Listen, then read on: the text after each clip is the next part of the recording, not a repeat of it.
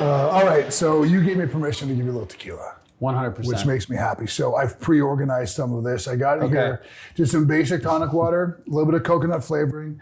I've got some fresh orange juice for you because you're a very healthy man. I respect that.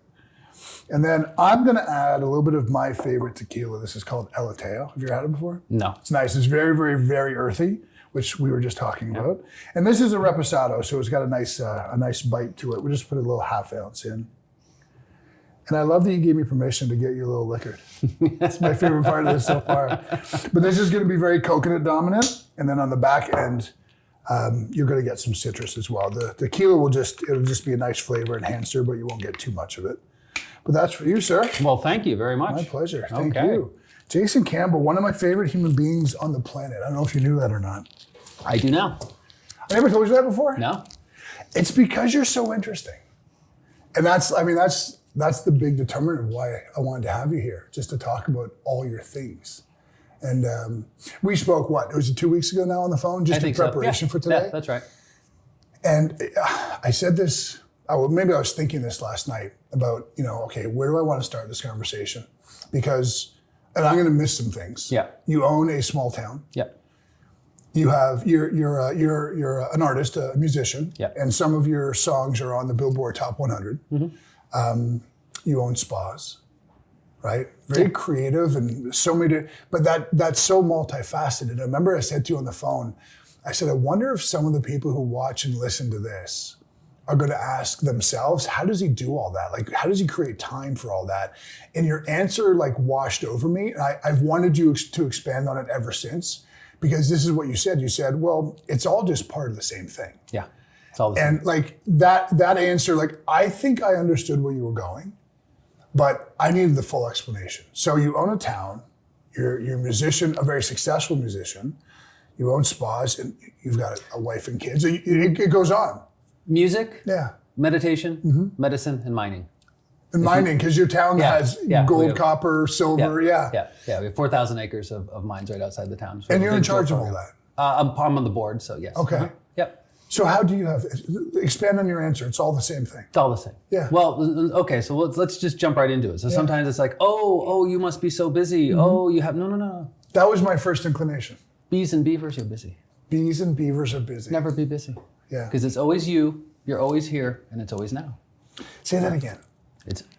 It's always you, you're always here, and it's always now. Okay. So I might have a day where I can look at a schedule, because you have scheduled stuff, and I might have a lot of activity in my schedule. Oh, I have this at 1, and this at 2, and this at, even right after this, I go have a group of women entrepreneurs. I go train and I teach, and after that I have something, and yesterday we were shooting all day in Cleator, and we were shooting all day in the mines, and before that. Okay, so we can say there's activity, but whether I have 100 things on my schedule or I have 0 things on my schedule, it's always you.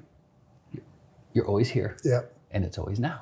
So it's framing. Yeah. It's the way you're allowing yourself to perceive it. Well, and then so you get completely engaged in what you're doing now. And so all the other things, well, I'll deal with that when? In the now. Yeah.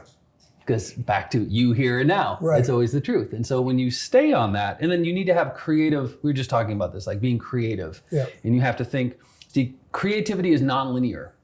Getting things done is linear. Yeah. Writing a list and checking things down and okay, so I have this. And so you tend to, we're all kind of naturally one way or the other. Right. I'm far more non-linear than I am actually linear. Sure. So when I get things done, I need to write a list. Same. I'm the exact. check it off. I'll forget everything. Everything I do, especially when you're making sound and you're making music or you're making drinks and you're making mixology. I mean, what's the difference? Yeah. When I make a song, I've done over 100 albums. I'm in the process of, it's amazing. This month will be, I think, number 80 months in a row of an album on the 4th Friday of each month. 1 album per month. Yeah, 4th Friday of every month I release an album, and I'm going to 108. So that's 9 years. Why that number? Well, this is my Taoist brother, because everything is 108. Of course, I know the answer. All the Tai Chi and the martial arts, I'll have 108, that's 108 acupuncture points in the body, and it's also, there's the alchemy of 9 times 12. All right. You get into that, because we have 12 meridians, and then 9, you have the, I'm doing a real flyover here. But you're giving exactly the right info, though. If you have an octagon, 9 is a special number. So I do my albums in sets of 9. Okay. So 9, because if you have an octagon, you have 8. Dun, dun, dun, dun, dun, dun, dun, dun, dun. Yeah. So 8, 9 is like, it's what we do breathing, we do 9 breaths, and we do form, we do 9. So there's something special about 9 because it's like it pops everything up after you do something 8 times. Yeah. So that's getting into the, internal alchemy. Because if you go back in time, okay, every teacher, great sage since the beginning of time, speaking about enlightenment, it had more to do with subtraction than addition. Correct. Okay, Siddhartha. Yeah. Known as Buddha also, but his mom called him Siddhartha. That's right. Yeah. And there's a lot of Buddhas. He evolved into That's right. Buddha, right? Well, last I checked, there's a Buddha bartender here. That's right, yeah. Great brand. So Buddha just means awakened one. That's right. Awake. So he was asked, what is enlightenment? He gave a few answers, but one of his answers was the removal of suffering.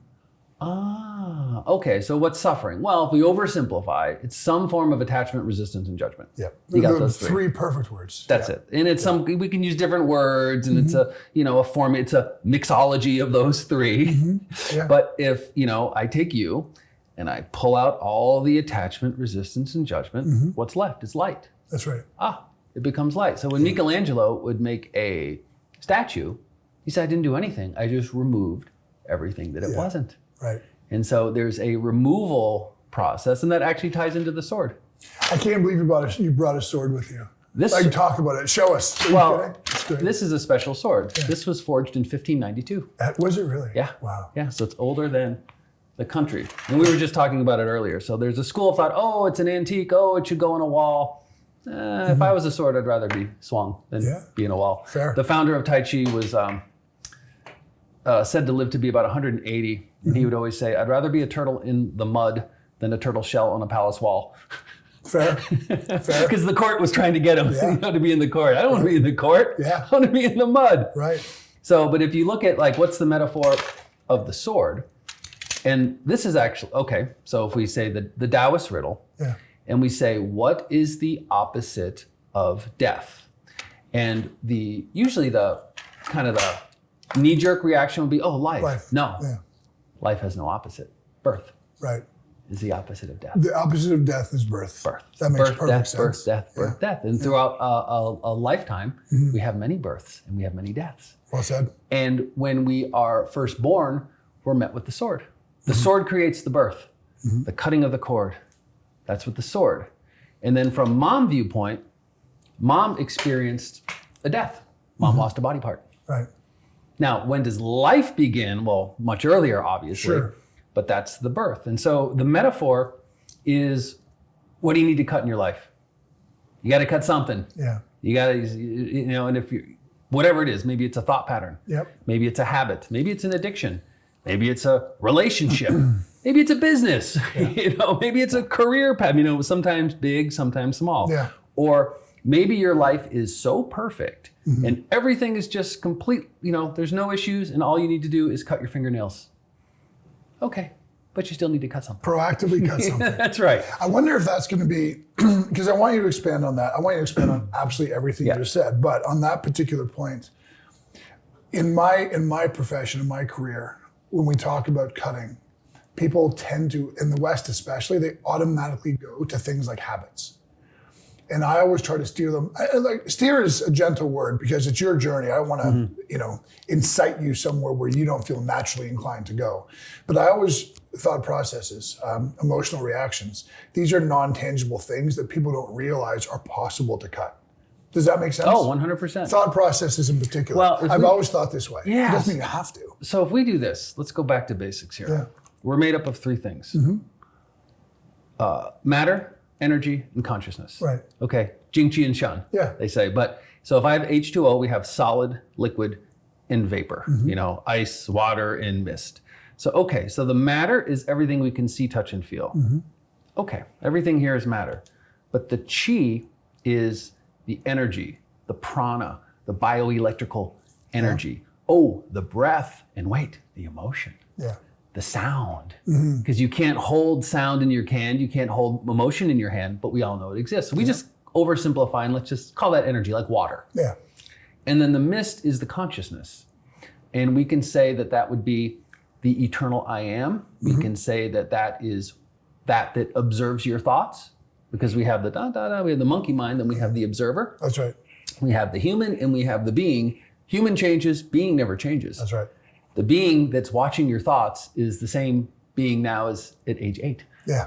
It's the same. It's that observer. Yeah. So matter, energy, and consciousness. And if you think of it, it's like, okay, we have all these three. Well, I don't know, maybe there's something here you need to cut, or maybe there's, a thought pattern that you just, okay, that thought pattern is not serving me, or, maybe that knee-jerk reaction is not serving me. I need to clean it. Or I got some residual energy or residual emotion in there. I need to clean it. Usually you do it through the breath. The breath is the lowest hanging part. In meditation, we say there's 3 types of meditation: sitting, standing, and moving. You have breath, movement, intention. So it's the 3. The Catholics call it the Father, the Son, and the Holy Ghost. Yeah. The Holy Ghost is the chi, the Father is the divinity, and the Son is the matter. Right. He came to Earth. That's right. Yeah. Yeah, he was in physical form. Yeah. I want to hear more about the breathing. I'm going to tell you. First of all, I'm fascinated. I think the number of people who'll be fascinated by this is it's going to be a massive bunch of people. But one of the reasons I'm personally fascinated is because the word meditation it's become hijacked. Here in the West, especially, it's 4-minute apps and varying things like that. But there's an authenticity. I mean, if I'm not mistaken, you're literally leaving the studio when we're done to go and teach. I think you already mentioned a group of corporate people how to breathe differently, properly. However, talk to me about how we breathe versus how we should be breathing, and we aren't, because I want to bring that back around to birth and death. So let's oversimplify. Yeah. So we say, what is the lowest hanging fruit for wellness? Okay, so let's think about it. How long can you go without sleep? Sleep is important for wellness. How long can you go without food? How long can you go without liquid? How long can you go without delicious tequila? Not very long. But then, how long can you go without breath? Okay. So we breathe about 20,000 times a day. Okay. And most of the breaths are not done with deliberateness.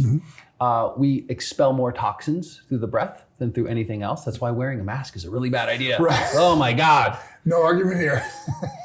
And also, we get more energy through the breath. You think, we get energy through food and sleep. Of course, but you actually get more through the breath. And it's so obvious, it's missed. So if we're going to say, if you're going to do something 20,000 times a day, well, I would say let's master it. Let's or at least get really good at it. That's a great point. I mean, that's simplified, but that's a strong point. Yeah. If you're going to do something 20,000 times, so it was to be really good at it. It's about the 10,000 hours to mastery. Yeah. Well, I kind of like that, but it's not completely true. 10,000 masterful hours to mastery. I agree. You know anyone who's been driving for 10,000 hours? 10,000 hours. And well, every 14 months you breathe for 10,000 hours. Right. Yeah. Doesn't mean you're good at it. Right. So the mastery is, and there's all different types of techniques. The lowest hanging fruit is box breathing. Yeah. That's it. Breathe in for 4 seconds, hold for 4 seconds, breathe out for 4 seconds, hold for 4 seconds. What makes that powerful? Holding the out breath for 4 seconds. Is that that's the key? linchpin? Yes, it's the holding of the out breath. I mean, really? And we do. I teach. We have so a bunch I'm of sorry to interrupt you. It's you're finished expiring, and that 4 seconds of holding. No movement. Yes. That's the power. That's right. Okay. Yeah. Okay. And so holding the out breath. If I put on my Western hat, we call it intermittent hypoxia. Yeah. Right. When the blood oxygen level. So you wear an oximeter, you'll see it. Right. The blood oxygen go down. But what it does is when you, it's like holding the out breath, and there's so many different techniques. And I write music for this. I write music with bells and timing, so that you hold for so many bells and you hold the out breath. It also strengthens your Wei Qi field. The Wei Qi field is your force field, kind of like your immune system. Yeah. It's your border wall, so you don't let unwanted guests, sickness and disease come in. Yeah, so your body gets really, really strong. So that paused, where there's no inhalation or exhalation, it has immune response. Yeah, you empty. Okay. Yeah. It's like squeezing out a dish rag, and then you just dunk, you hold. And the other interesting thing that happens, there's a meditative part of it, is after, depending on how long you do it for, at some point, the lizard brain comes out. And the lizard brain comes out and says, oh my God, you're going to die because you don't have any oxygen. There's no gas in the tank. Right. And okay, so when the lizard brain comes out, can you find the space underneath? Yeah. Can you be calm with the lizard brain? Yeah. Because that's also one of the great things about breath mastery is you bring out the lizard brain in a safe environment, because you can always breathe in, you're safe. Yeah. But sometimes the lizard brain comes out when you're not so safe. Yeah. So can you stay calm? And it's almost like soothing your nervous system. Sure. But the other thing that's also interesting is that, there's not always box breathing is a one size fits all. Yep. But a lot of the other breathing is not a one size fits all. So especially for men and women. Mm-hmm. Like when I have just men or if I have just women, I train them differently. Really? With the breathing, yes. In the 10,000 foot view, I call it the oversimplification. Mm-hmm. Generally, the women need to have the nervous system soothed. Mm-hmm. I make a sandbox analogy. After the children play in the sandbox, it's messy. So you're raking. Knowing tomorrow it's going to get messy too. Sure. That's like the nervous system. Right. Where it's for men, it's a little different. We actually want to go like way, way beyond the comfort zone into pain. Why is that? It makes you stronger. I think it's more of a masculine. Okay. I mean, women need it too, and we both need both. But Sure. again, I'm it's like yin yang. There's elements of both in each. You got it. But one's a little dominant. Yeah. Okay. Yeah. And so you just you sit there and you go way, way beyond your comfort zone where the lizard brain is screaming. Then also you feel more confident. Yeah. Like from your weight training. Yeah. You go like way beyond what your muscles are supposed to do in your weight training. And after, is it painful? Well, we can say yes, we can say no, but really who cares? Yeah. Doesn't matter. Yeah. It is what it is. And it's, we say in breath mastery, one breath now. Right. If you can do the holds, great. If you can't do the holds, great. Yeah. It's one breath now. I'll say weightlifting. I'm not a master of weightlifting, Sure. but I can speak into this. One rep now. Right. That's it. Oh, I'm going to do 10 reps. Yes. Yeah. But I'm going to do one right now. rep. That's now. so true. You know, people, they tend to not believe me when I explain this, but I learned more about presence from powerlifting and combat fighting than I did anywhere else. Yeah. Any theory, any philosophy, because when you have 500 and some odd pounds on your back, you absolutely have to be in the moment. And if you deviate from the moment, you're looking at potential catastrophe. Yes. But you talk about the lizard brain. As soon as you lift 550 pounds off the rack, that part of your brain kicks in immediately and says, what are you doing? Put this down. This is not possible. This is a bad idea. Uh-huh. And the thing I always caution people, I always say, don't fight it. Don't try to overcome it. Find the space underneath where you can just be present and calm. And that, I learned so much about how to be present from those two sports. Yeah, that's right. Same with fighting. Yeah. It's the same, you can't think past where you are right now. And there's, it's nothing like somebody trying to attack you with a sword that puts you in the moment. Yeah. You have no choice. When I was teaching meditation, 30 years ago, we would say, okay, we teach the meditation, you sit, and there's all types of techniques of being still. There's, different things you can run in your head. There's different energy, things you can focus on. But we'd say, okay, meditate 20 minutes in the morning and 20 minutes in the night. And then somebody that would come in to learn meditation would say, okay, and they do it. Mm-hmm. If I said that now to most people, they'd run scared. Of course. So what we find now is we start with the breath. It's a much easier entry point to start with the breath. And then the breath leads into the meditation. And ultimately that is the meditation. Mm-hmm. So it's like, the old saying, the teacher says to the student, you need to, meditate, 30 minutes a day. Oh, I don't have time. Okay, 15. I don't have time. Okay, 5. I don't have time. Then you need 2 hours. Yeah, right. Yeah. Which is, it's metaphorically so true for our society right now. Yeah. Right? People don't have time for the wellness things. Yeah, that's true. And there's again, how one of the way, I have different trainings and stuff, but what I will do is I'll teach, a 45-minute class, and that's like the dojo. That's the temple.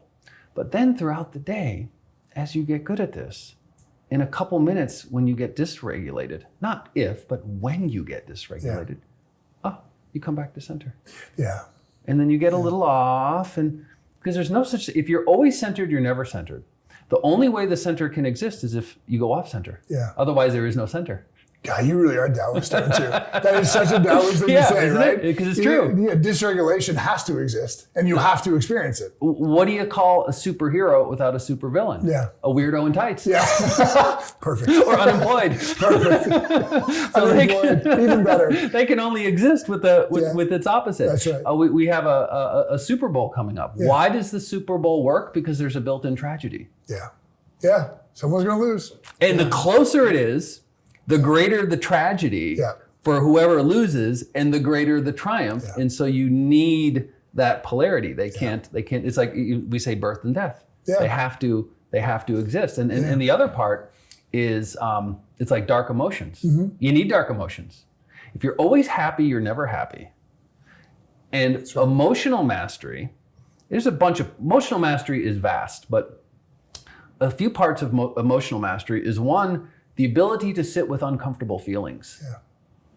That's right. We all get uncomfortable feelings, 100% and can you sit with them? And then also, can you find the space in the uncomfortable feeling, and then actually learn how to purge it?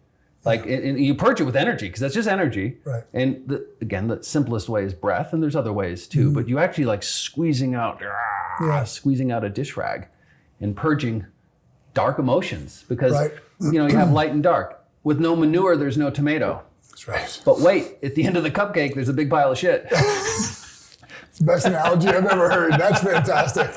That's actually not quite as good as the superhero one. That was my favorite by far. I'm using that one without question. But I think I'm gonna have a receptive audience in what I'm about to say, given everything I know about you.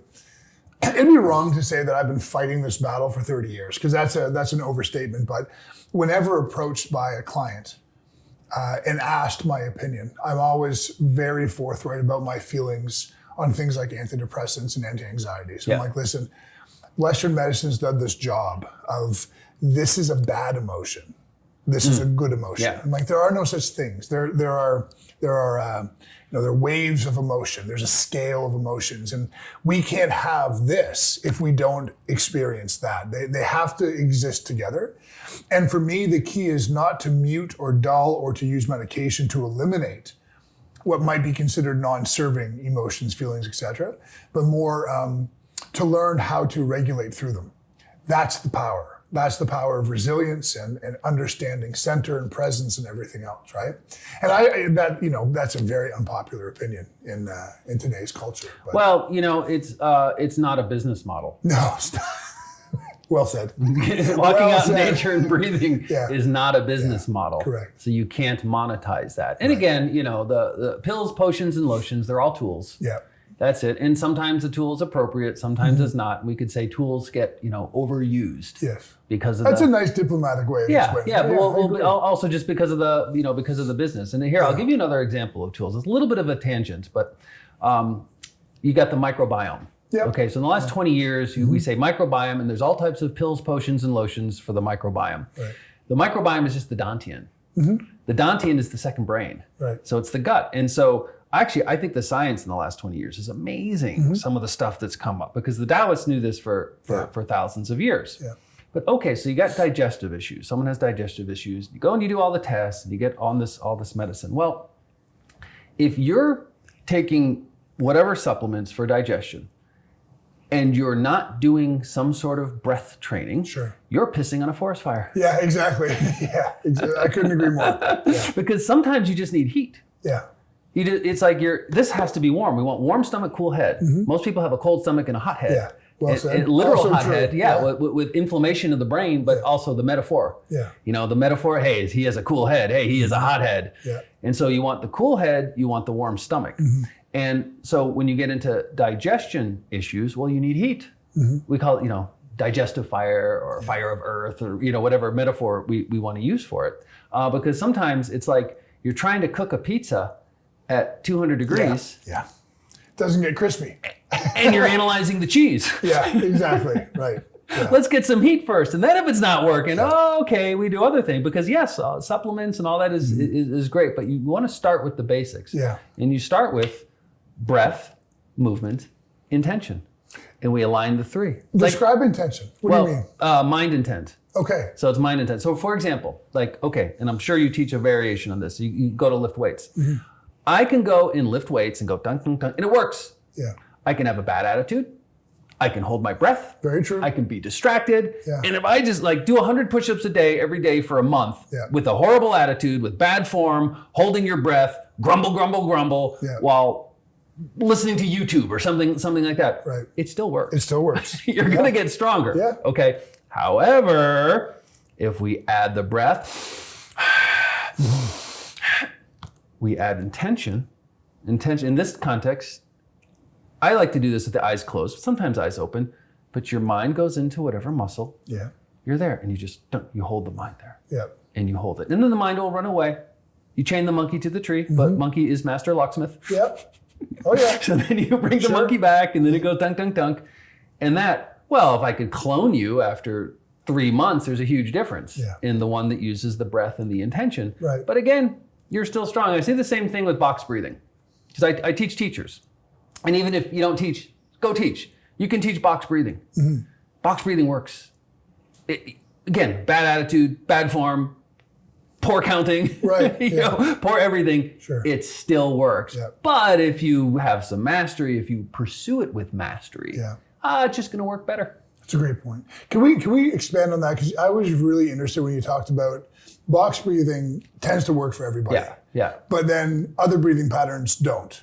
So, and then you kind of brought in gender differences. Yeah. So a lot of the people who, read the things I write, watch this, they would be classified as high performers. Yes. Right? So if I were to give you a high performing, in all the psychological parameters of what that means, a high performing, very ambitious, very driven man. Yeah.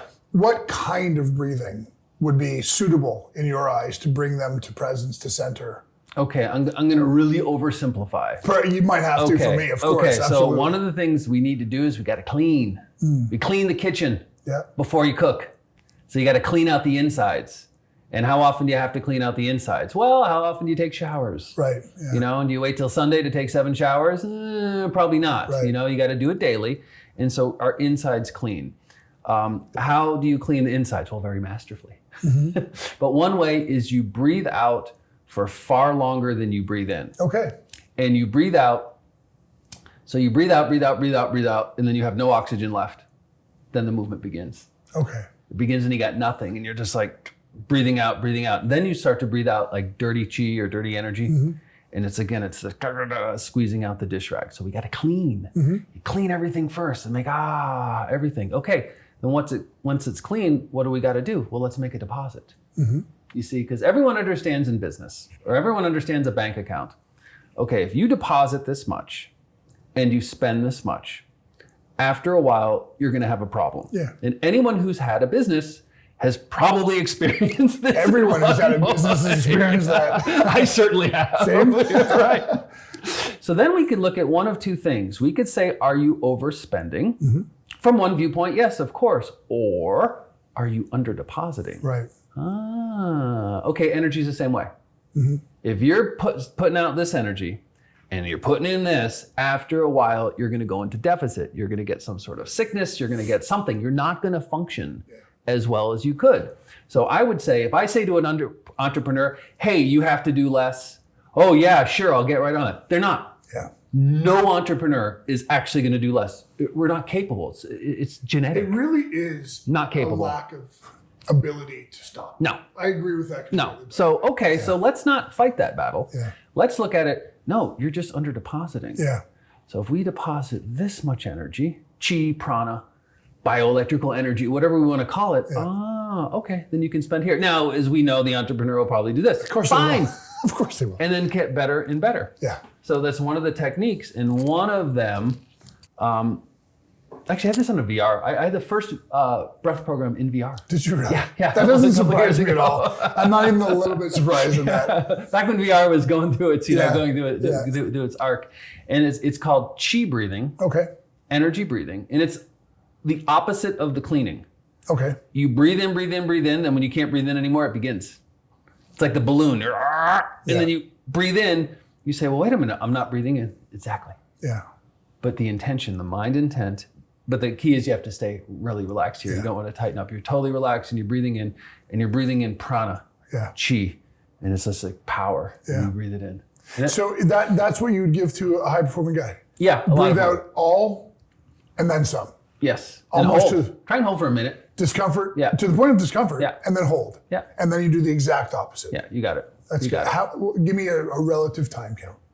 I like that. By the way, that was a great coordinate. You said breathe out all you can, then try to hold it for a minute. Yeah. I like that intention. Yeah. And then you do the opposite, breathe in and stay relaxed. You know what I do? Some of the music that I write. Yeah. It's we do bells, and so we count bells. It's an overt psychological trick. Yeah. If there's a bell, you're not even trying to trick anybody. I do, but it's overt. Yeah, right. All my tricks are overt. Nothing covert. So Because you say if there's a bell every 4 seconds, it's much easier to count to 15 than it is to count to 60. Yeah, well said. Yeah. And you're listening to music. Sure. And the music is based on the elements, and the vibration touches a different organ, and you know, basically wood, fire, earth, metal, water. Not literal wood, literal fire. It's the metaphor for the repeating pattern of 5. Right. The Taoists, as you know, looked around and said, hey, things tend to show up in 5. Look at our fingers, look at our toes, look at our senses, look at our vowels. You know, look at our the colors. Look at things. Oh, we got a decimal system. So let's call it 1, 2, 3, 4, 5. And then after a while, well, you know what? It might be easier if we give it words. Yeah. Let's call it wood, fire, earth, metal, water. Not literal wood, but springtime. Okay. Early summer, late summer. Metal is fall, crisp. Yeah. You know, things fall, things get cut. Yeah. Things fall. Oh, water is winter. Yeah. It's cold. So we have sprouting, flowering, fruiting, falling, transforming. Well, we could call that rotting. Rotting, transforming. Same concept, but you know, kind of a different frame on it. So things in form that we can see, touch, and feel tend to work in 5. But there's this weird thing. There seems to be this mysterious 6th, a 6th sense. In Eastern medicine, we have 5 sets of organs, like or you know, meridians and organs. But there's this weird, mysterious, the pericardium and triple warmer. Like, wait a minute, where are those exactly? What? Where do they exist? They're like these ghost organs. That's right, non-local. You know? The 6th vowel. And actually, there's an interesting reason for that. 6 energies hit the earth, and then 5 reflect back up. Okay. That's why time is in 6. Okay. Isn't that interesting? Yeah. 60 seconds, 24, That's a great point. 12. Yeah. We have, so the universe is very mathematical. The time doesn't work in 5. Right. You can't stick the decimal system in time. It has to be a 6 numeric. Right. Because it's not on form, it's your space. Yeah. Yeah. It's non-local. Yeah. Yeah. Yeah. You can't see it, touch it. Yeah. But that's why everything, so that's why everything, there's 5 with that little mysterious 6, the 6th sense. Yeah. Which is actually technically, it's kind of your 6th chakra as well. Yeah. So we can also say the pineal. Gland, which makes sense. The antenna to God. That's right. Yeah. Because if we do this, this is another metaphor. So if we say this, it's like it's Buddha in a box. You got it. This is your head. Yeah.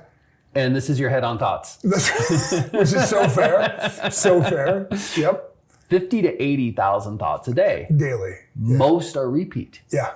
I don't even know how they measured it. We've consulted the same science. Yeah, I use those stats all the time. Yeah. So who measures that? How do you even exactly measure right. Okay, exactly. fine. Let's go with it. We need a number, even if it's BS. Yeah. I would suspect that entrepreneurs have more.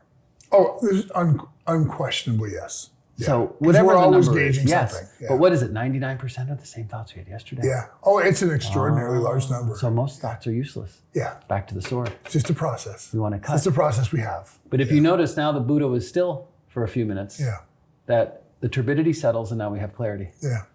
So it comes back to stillness. Yeah, you got it. And actually, you know what? That's a famous, you can see that. That's a famous Qigong movement. Yeah. There's a teaching in that statue. Yeah. Are you familiar with the teaching? Slightly. Well, first, that's a Qigong movement called double palms press the heavens. So that's one of the begins ones. But the other teaching in this, if you notice his body, that's not the Siddhartha Buddha. No. That's, he was an Indian prince that spent 20 years eating a grain of rice a day. That's right. He's a an little archer. chunky, this guy. Yeah, that's right. He has a nice life here.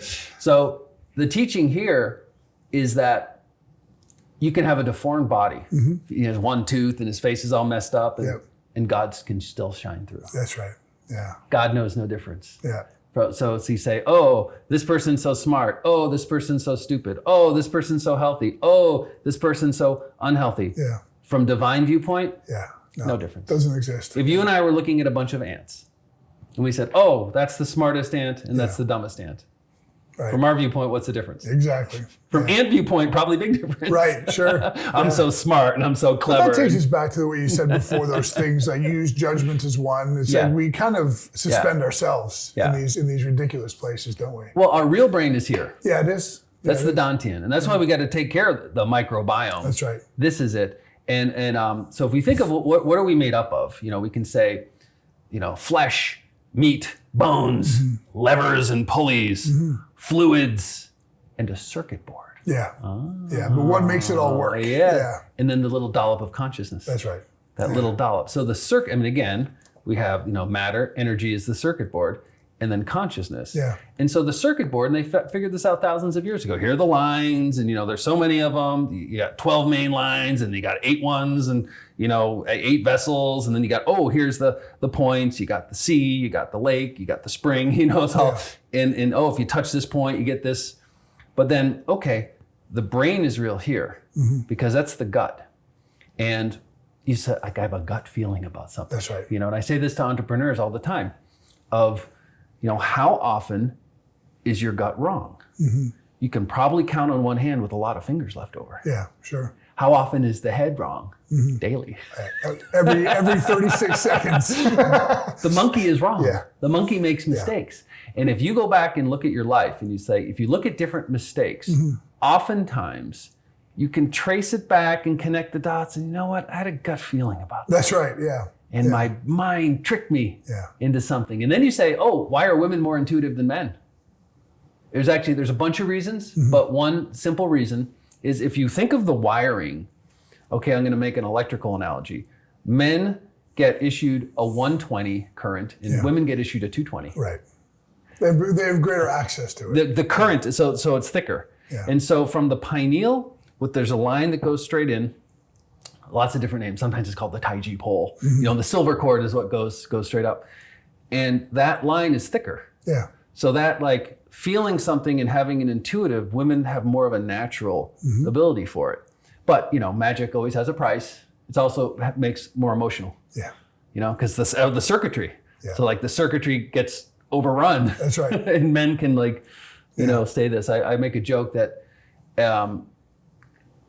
probably every couple has had the experience or a similar experience. You go to an event or a party or something social and you're driving home and the woman says, did you notice, this person and that person? And did you see this? Did you catch the dynamic of this? And did you see the look? And the man says, what? Yeah. Didn't notice a thing. Chips were good. The chips were good. I like the brats. Yeah. Well, that's because men have to focus. Yeah. If you and I are in a foxhole together in battle and we're concerned about each other's feelings, we'll both die. Yeah. Are you scared? You feel worried right now, Jason? I totally agree with you. Yeah. Do you want to talk that through? Yeah. Not especially. We're dead. Yeah, exactly. It's so true. You can't do it. It's so true. Yeah. These I agree because you talk about breath work. Some of the work I do is I approach men and women very differently sometimes. Yeah. When I read it's necessary. And for me, it's always top down, bottom up. You know what I mean? I don't make the brain irrelevant. Where we started this conversation today, you talked about your perspective on things is what carries it. We can learn how to create better perspectives, and that's a top down, and then the bottom up is through the gut and the nervous system. If you kind of engineer both of those at the same time, and breath is a great way to do both. Okay, so here, so you're wearing a I Ching coin, right? Yeah, I am. You see it? Okay. Yeah. So we have on yours. It's also there's a circle and the square. Correct. Yeah. There's a teaching in that. Yeah. Okay. The square is earth. Yep. The circle is heaven. So we say, everyone knows where earth begins. Yeah. That's obvious. Where does heaven begin? Yeah. Oh. Yeah. It's way different. That question's way different. Oh, there's a different viewpoints. We can say the third cloud on the left, the dude with the trumpet. We can say in another dimension. We can say that. Or we can say, actually, it begins on your 7th chakra. Yeah. Where's the 7th chakra? It's one of an infinity of an inch from the top of your head. Yeah. So it's not touching. Yeah. But it's as close as it could possibly be. Yeah. Without actually touching. So there's this little divide of man in heaven. That's why the old Taoists wear top knots. Yeah, that's right. So they're always walking around in heaven. Yeah, that's exactly right. Yeah. And then we say, well, so what's the color and what's the element of mankind? Well, it has to be green. Yeah. Why? We pull up earth, yellow. We pull down blue. Mix yellow and blue. Yeah. You get green. Yeah. And that's why. And then we would call green. We would call that the wood element. Yeah. That's like a springtime. Yeah. So it's you're pulling up, and actually at the bottom of the foot there's a point right here. That's where we pull up energy, and that connects into the kidney. So interesting. Yeah. I'll explain why after. Please keep going. Well, the kidney also. So we have this point. Kidney connects into the ears. Yeah. And we just oversimplify. So we call all that. That's all the same system. Let's just call it water element. Yeah. Again, not literal water, but let's call it water. And the ears is the first sense that develops in the womb. The ears are. Hear mom's heartbeat. Yeah, right. Yeah. That's why music is so powerful and sound is so powerful. And everyone has had the experience with music that something in music gives you chills. Yeah. But it's different for everyone. Can also transplant you to a memory. Yeah. So dramatic. That's right. In a way that even aroma can't, at least for me. Yeah. So the ears, so we have that. We have the, that, and that connects to the kidneys, and the kidneys are the batteries in the body, like the 2 Duracells, the back of the toy soldier. You have both of that. So it connects into the foot. That's why if you travel a lot, and you're off the ground a lot, you can get a little out of whack. Jet lag. Astronauts lose bone density. Right. Because we connect into the earth, and if you travel a lot, if you can, just stand in the grass barefoot for a minute. Grounding. We call it grounding now. Right. I love how all these things have just become full circle. Like, Taoists were doing that 3,500 years ago. We used to call it walk barefoot. That's right, yeah. Well, it's also, I remember maybe 10 years ago, I heard the word intermittent fasting. Yeah. And I'm like looking at, what is that? It's like, oh, we just called that skip breakfast. Yeah, that's right. Yeah. We used to do it also. Do that forever. No, that's the name. No, also what? Intermittent hypoxia. Holding the out breath. Exactly. It is crazy. The names change. I do love that actually, how sometimes neuroscience is just proving stuff right from literally thousands of years ago. It's also, this is how, I don't know, this is a couple of years ago. Somebody asked me, I don't even remember the technique. They said, do you teach like so-and-so breathing technique? Like what? Oh, of course. That's what they're calling it now.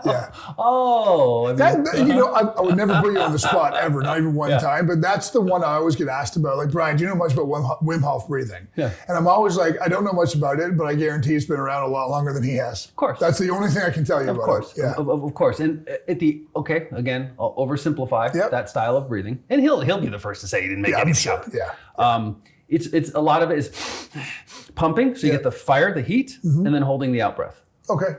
The intermittent hypoxia after doing a lot of pumping and then adding it with the cold. Is that in your design? Is that more for men or women? More men. Is that right? Yeah, much more. Good for some women. So it cleans things out. Yeah. And then you heat. Put a little heat to it. Yeah. Okay. Yeah. And like cold baths. Yeah. I love cold baths. We're doing cold. It's part of my. That's because you're a psycho. Well, nobody loves cold baths.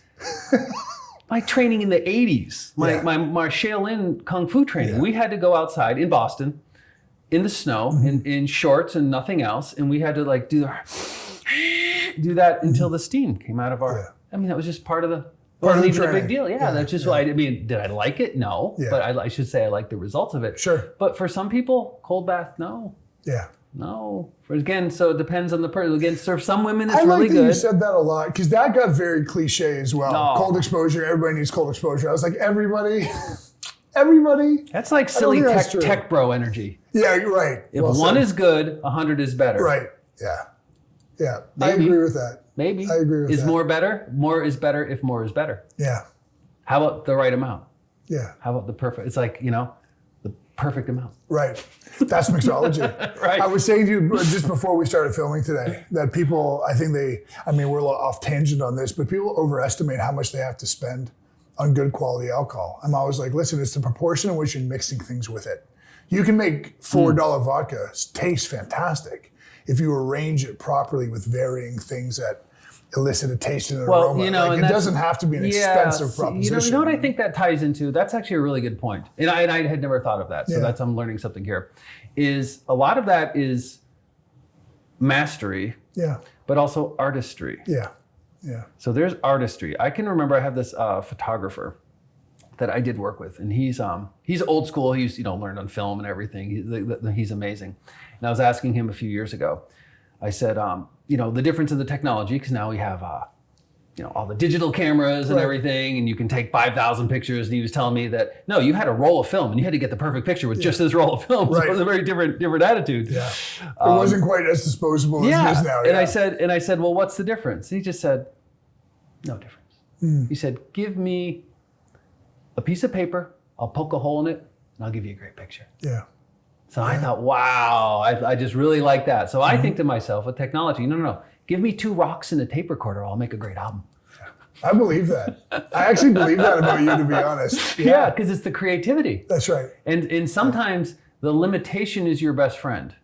We think, oh, you don't want to have a limitation. Is it your best friend? Well, it's your best friend if you make it your best friend. Right. Because the limitation, oh, okay, this is my limitation. Yeah. I have 2 rocks and a tape I have 2 recorder. rocks. What can I make work here? Yeah. So you really start, how can I make that interesting? That's right. You know, it's so funny because there's such a cliche thing about this, but people, in conversations I've had with people, they'll be like, how do I eliminate my limits? I'm like, well, let's not talk about let's just know our limits. How about that? We're very conscious of where the limits are, and they aren't. I don't want to eliminate them, though. I want to just help you understand where they are, because that can actually be artistry in motion. And you need a limit to break through. That's right. Yeah. So it's like there's the old saying, it's like the obstacle to the path creates the path. That's right. Yeah. So you need an obstacle, otherwise it's not a path. And so you need something. In meditation, there's a technique. We say, okay, you want to think, kind of big and creative, but it's very hard to think of yourself floating in space to infinity. Yeah. It's much easier to think of yourself in like a giant airport hangar. Yeah. And if you picture, and that is enough. And the limit, it creates a barrier. That's right. And maybe you break through the limit. That's exactly right. Yeah. Maybe you do, maybe you don't, but you need something to break through. Yeah. It's This reminds me of where we were a few moments ago. I didn't want to interrupt you, but what you just said there, it's like there needs to be a physical stability for me to understand where I am. It's hard for me to imagine myself in space, but the large airport hangar's a perfect metaphor, because I can build that in my brain. Like I get that, right?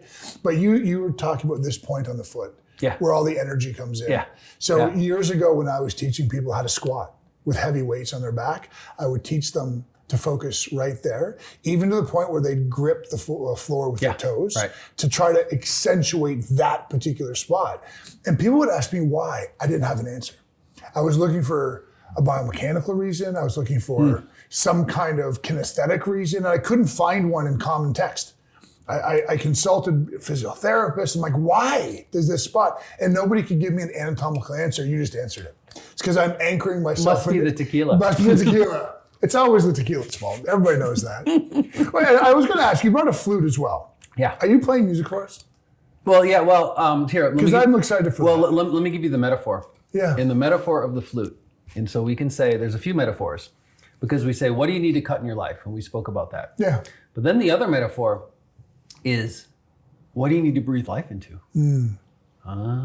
So there's something so what do you need to breathe into? And again, so we have at birth, we have the cutting of the cord, and then we have the breath. Right. The first breath on breath. its own. Yes. And so we have there's a metaphor. Now, okay, I'll kind of go out there. So if you are familiar with the yin-yang symbol, obviously, probably have it on your body somewhere. I actually don't. I'm not as cliche as that. So in the center of white is black. That's right. In the center of black is white. And what that means, the teaching there, is extremes flip. Yeah, interchangeability. Yeah. That's right. You got it. Yeah. So something becomes so cold it burns you. That's right. Yeah. So superhero, supervillain, Which I'm never going to forget that. That was awesome. You need it. So we have this. So at the highest level, we say, oh, the sword cuts and the flute sings. Yes, but actually the flute cuts and the sword sings. So you sing with the sword, and then here you do all your sword movement with the flute. Yeah. And then you breathe life into the flute. Yeah. So there's kind of it's the sword and the flute, the teaching of the sword and the flute, the metaphor. And so much of the meditations you teach, the breath work. Yeah. Is it fair to call it breath work? Sure. Is that a little kitschy? Fine. You're fine. It's a weird, it's not my favorite word because it's work, and we think of work as negative. Oh, you need to learn how to stop working. Yeah. And why are you working? And I work too hard and all that nonsense. Yeah. Language is funny. It is funny.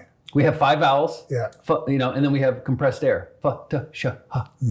And we combine these. Yeah.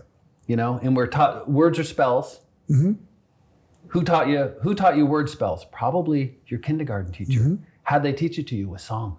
That's right. We all know that dun dun dun dun dun dun dun. And spelling is a spell. It's even in the It's implied. Yes. And we're given this limit of 26 to kind of think, and we just think, oh, this is how you spell. No, and this is correct, and this is wrong. And so it's a very obviously it's necessary to be practical. Yeah. But it can be very limiting. Yeah. In the mind. Words are powerful. People don't realize they're spells. They don't realize enough how much the spells they are. Yeah. Someone explained that to me one time with respect to like media and TV. And they made the point that if you flip open a TV guide, which you would have done in the 1980s, Of course, yeah. It was called programming. Fuck yeah, it's called programming. Oh, you get into absolutely, it's called programming. They're teaching you what to think and how to perceive certain things. Well, we say good morning. So is it a morning or are we morning? Right. Yeah. Oh, he's awake. Oh, is it dead? Or did I go to awake? Yeah. Or is someone awake? You think about all the even this. I referenced nervous system. Mm-hmm. But so if I say calm your nervous system, can you see that? It's a little oxymoronic. Yeah. Wait a minute. Right. It's a nervous system. Yeah. So our language is strange. It is. Yeah. Very bizarre. Maybe that's another conversation with more tequila. That's part 2. Because we could get into the Tower of Babel. Yeah. Where that came from. Listen, I'll bring mushrooms to that particular conversation, so we go way out there. Actually, that's way beyond tequila. Right. You can go pre-flood. Yeah, exactly. But I'm really fascinated because you invited me to this, and I think it's open to people at large.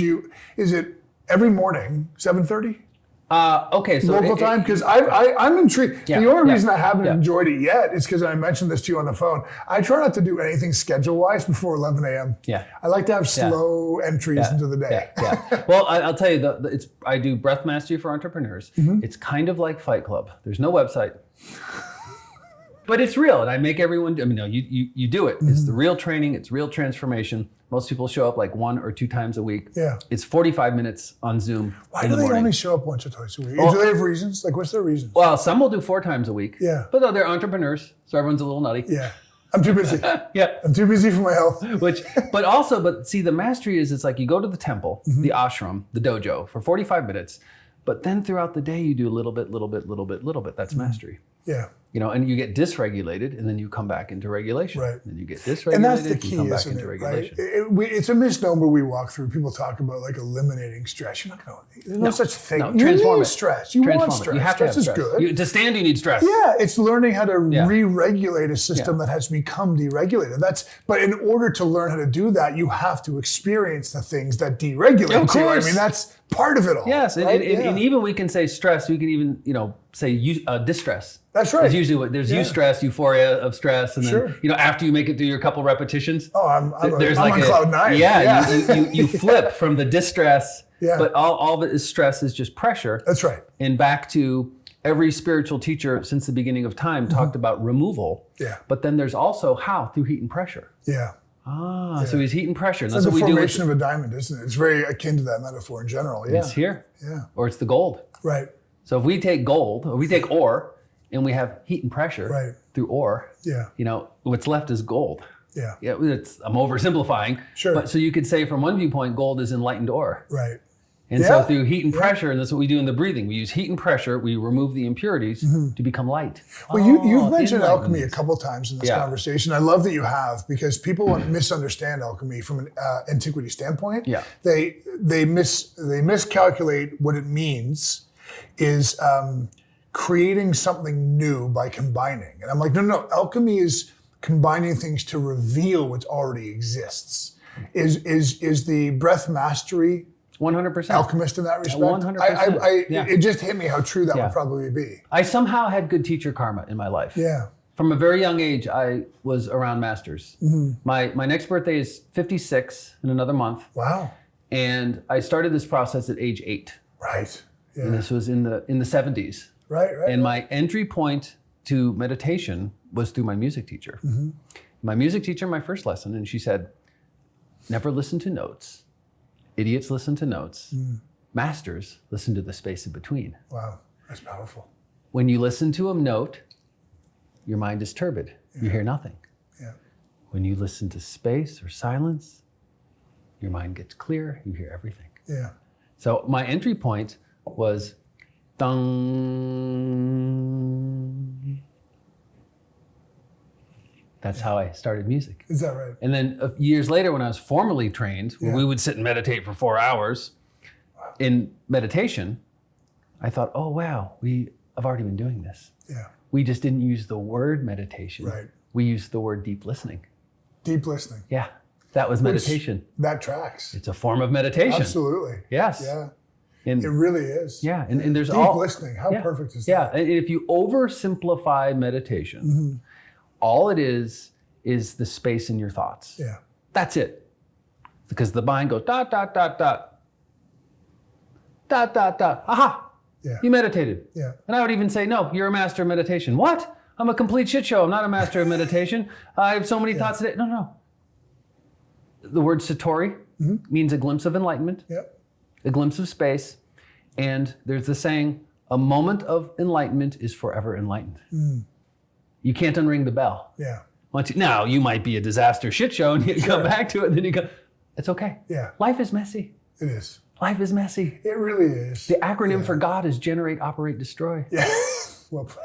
Yeah. Well played. And everything, actually, we all have impermanence. That's right. So we That's all a big Buddhist have the fate of impermanence. That's right. Everything's impermanent. I was taught as a child, this is not my shirt, it's the shirt I wear. It's not my car, it's the car I drive. It's not my house, it's the house I live in. Now, from legal viewpoint, oh, sure, of course. Me and this shirt, it's mine, belongs to me. At some point, me and this shirt are going to part ways. That's right. Hopefully, I last longer than the shirt. Right. But you don't know. Of course. You don't know. Can't tell. But then you take it another step and you say, wait a minute, it's not my body, it's the body I live in. That's right. Because at some point, you give it back. Yep. Yeah. And so it's this weird rental agreement. Yeah. You have this lease with unknown terms, no manual. We don't know when the expiration date is. Ain't that the truth? Yeah. But it's somebody, so no, you don't own anything. So it's you have the consciousness. Okay, and then you show up in form and you get this short period of time to create and to do whatever it is you do. You know, there's inner purpose, outer purpose. Outer purpose changes. Yep. You do different projects. I mean, ultimately, you can, your outer purpose is what you're doing now, but we can kind of look at that as inner purpose. Sure. We can say inner purpose is whatever you're doing now. Back to being busy. No. Bees and beavers are busy. That's right. I love that expression. Never be by the busy. way. Yeah, never be busy. Yeah. It's one thing now. Could you go take us through that trifecta again? I'm always me. It's always now. It's always you. You're always here. It's always now. I love that. Yeah. They talk about simplicity, but there's so much power in that. Yeah. So you too, and breath mastery is one breath now. Yeah. That's it. Yeah. And then you have things you do internally and then things you do externally. And externally, it's like you have different projects. So this was 4 years ago. During the pandemic, I saw a news story that a town was for sale.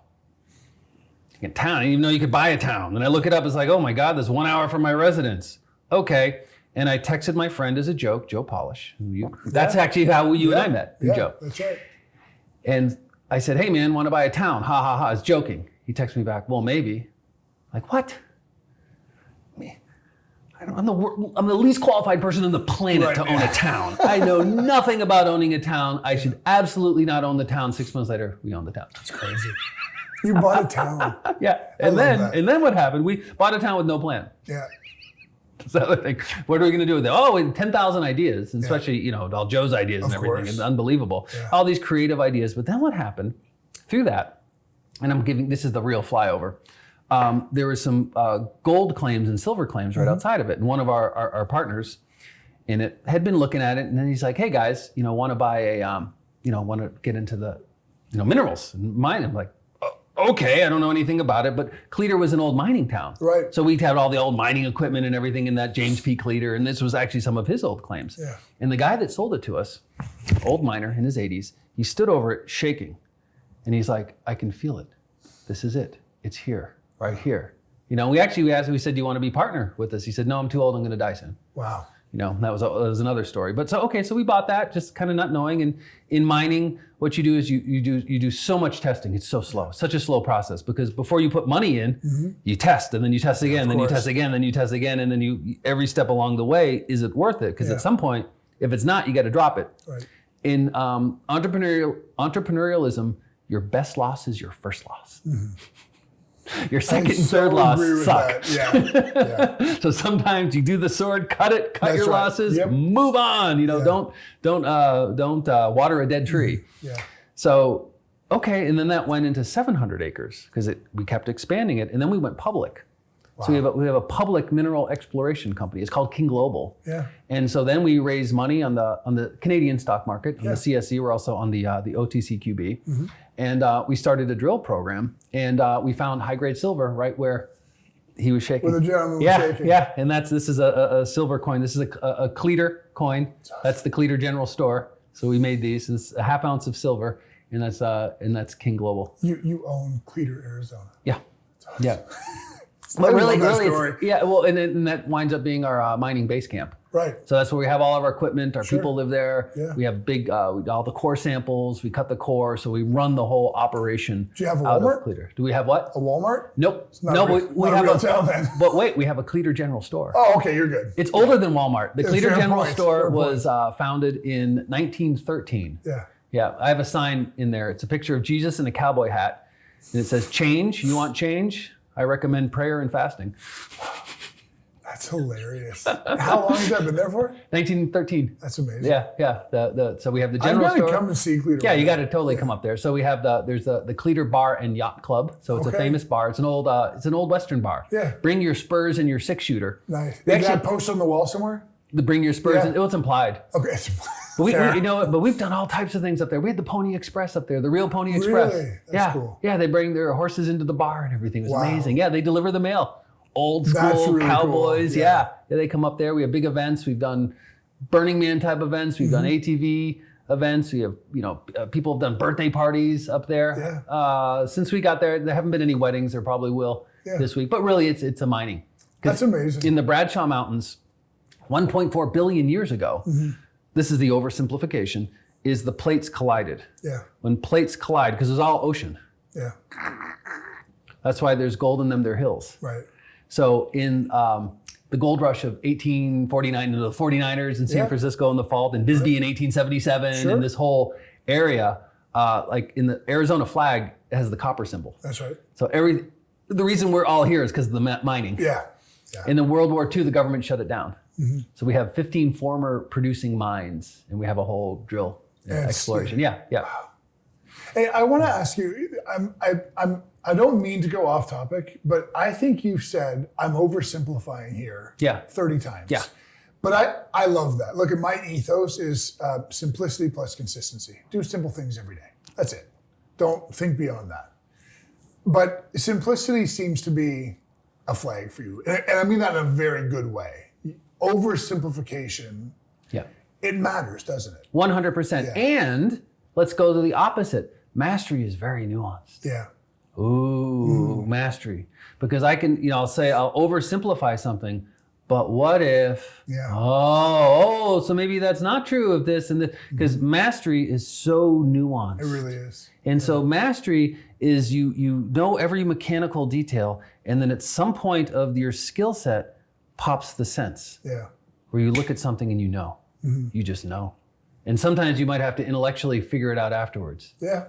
You just know. That's an entrepreneur thing. We have to figure out why it happened that way. But you just know. Yeah. And right away. And everyone has that. And again, that's back to the gut. That's back to the Dantian of trusting the gut when there's something you just know. Yeah. It's like with your mixology. Yeah. You can improvise, and you couldn't even know. You'll know what it tastes like before you even sip it. I really do. Yes. You know. Yeah. You just know. Because I've combined these flavors some way somehow. So there's a mastery. Yeah. In that, and that's it's the sixth sense. Well, and here's what I teach children and adults, but especially children. What's the hardest skill set to master? And the answer is your first skill set. Yeah. Because you're learning the skill, whatever the skill is, and you're learning mastery simultaneously. Yeah. But once you master mastery, you can learn anything that you focus on.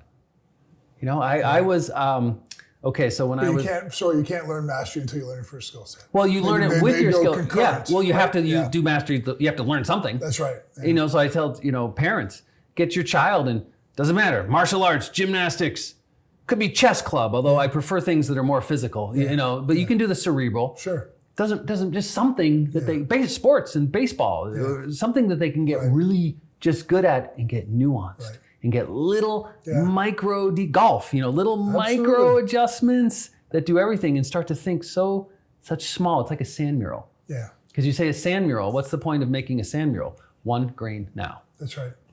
Are you familiar with that?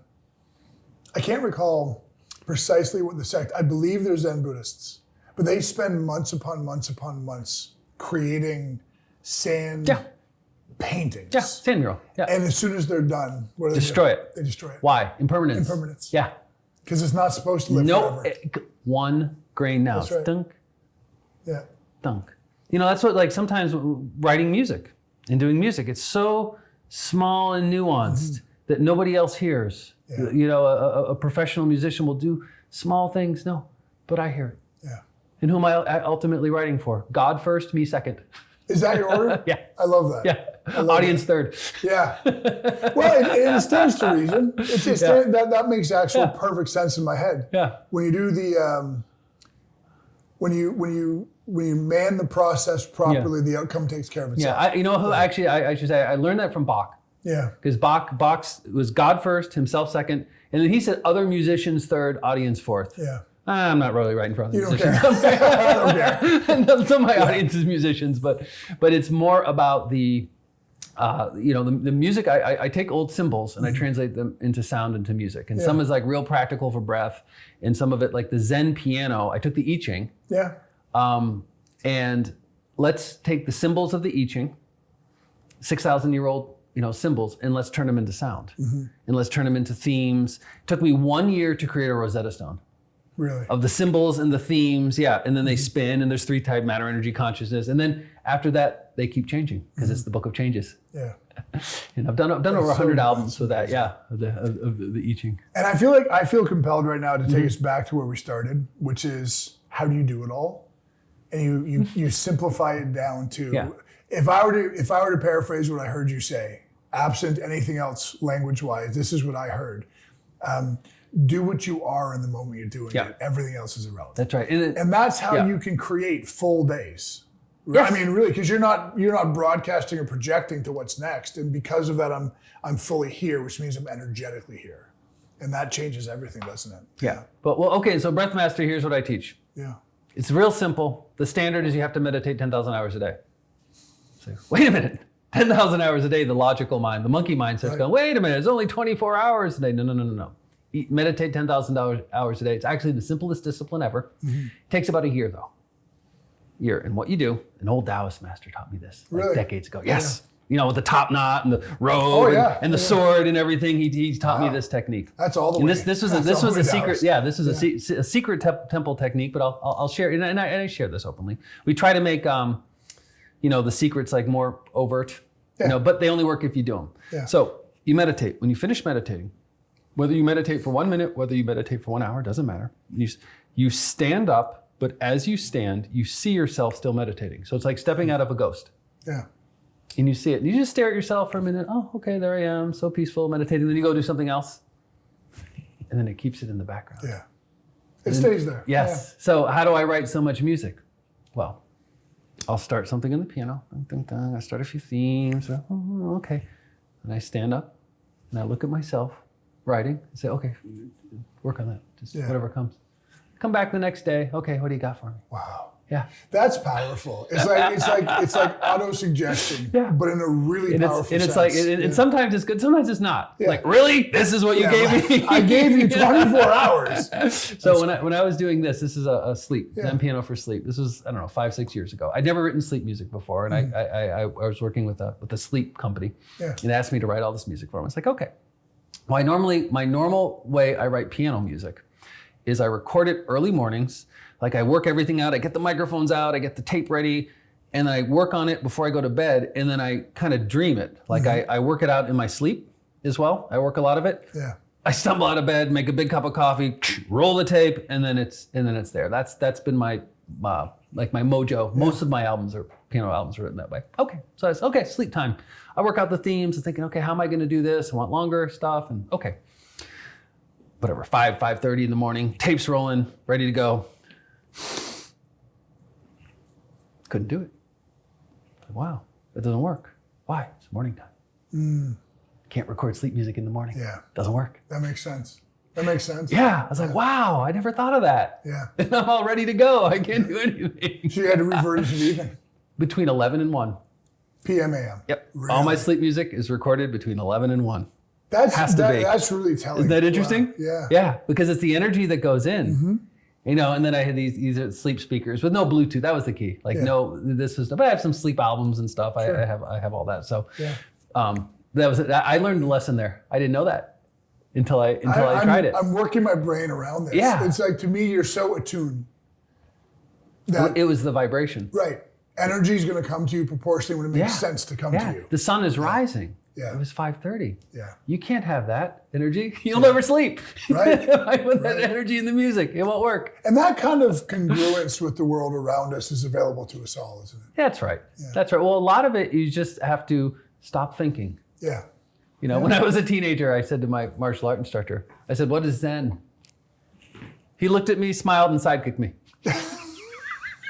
It's an unanswerable question is what it is. Yeah. I went flying. I hit the wall. I left a dent in the wall. I'm like dazed. He said nothing. He smiled and walked away. There's my lesson. Yeah. But there's a lesson in that, though. Yeah. Well, and he actually, for my age at the time, as in my late teens, that was the perfect answer for me. Yeah. Because if he had explained, well, you see, Zen is the space and the incessant stream of thinking, because we have this monkey mind, and you want to create a little bit of gap between the observer and that. Really? Right. I needed to be sidekicked. Yeah. No, when you were what, 16, 17 years old? Yeah. A little force is what you required. Yeah, of course. And in that moment, I experienced Zen. Yeah. There was no past. Yeah. There was no future. I probably had a word. I don't remember, but it's probably like, It was just my broken rib. Maybe a swear. Yeah. Sometimes the swear words are the great Zen words. I agree with that, actually. You're in the moment. Because I'm in the moment when I'm saying that word. And the swear word comes out. It's like, wow, that's your Zen mantra. Yeah. It's a swear word. That's amazing. What a great lesson to be given at a young man. Yeah. How much have you carried that? I mean, it's just a story, but how much has that one been carried forward? Because I got, like, that one really hit me. Like, he kicked you. Yeah. That's exactly what you needed. Is that one carried forward, that lesson? Yeah. Well, it was, I had to kind of contemplate it, but it also made sense. Like, okay. It was like, okay. Yeah. Okay. And it was almost, and it wasn't even words. Okay. Now I understand that Zen is, yeah. Okay. Yeah. Sure. That's it. Have I ever told you the story of my introduction to Zen? No. So I signed up for like a 2-hour seminar. But the buy-in for me, that it was actually being hosted and taught by an actual monk.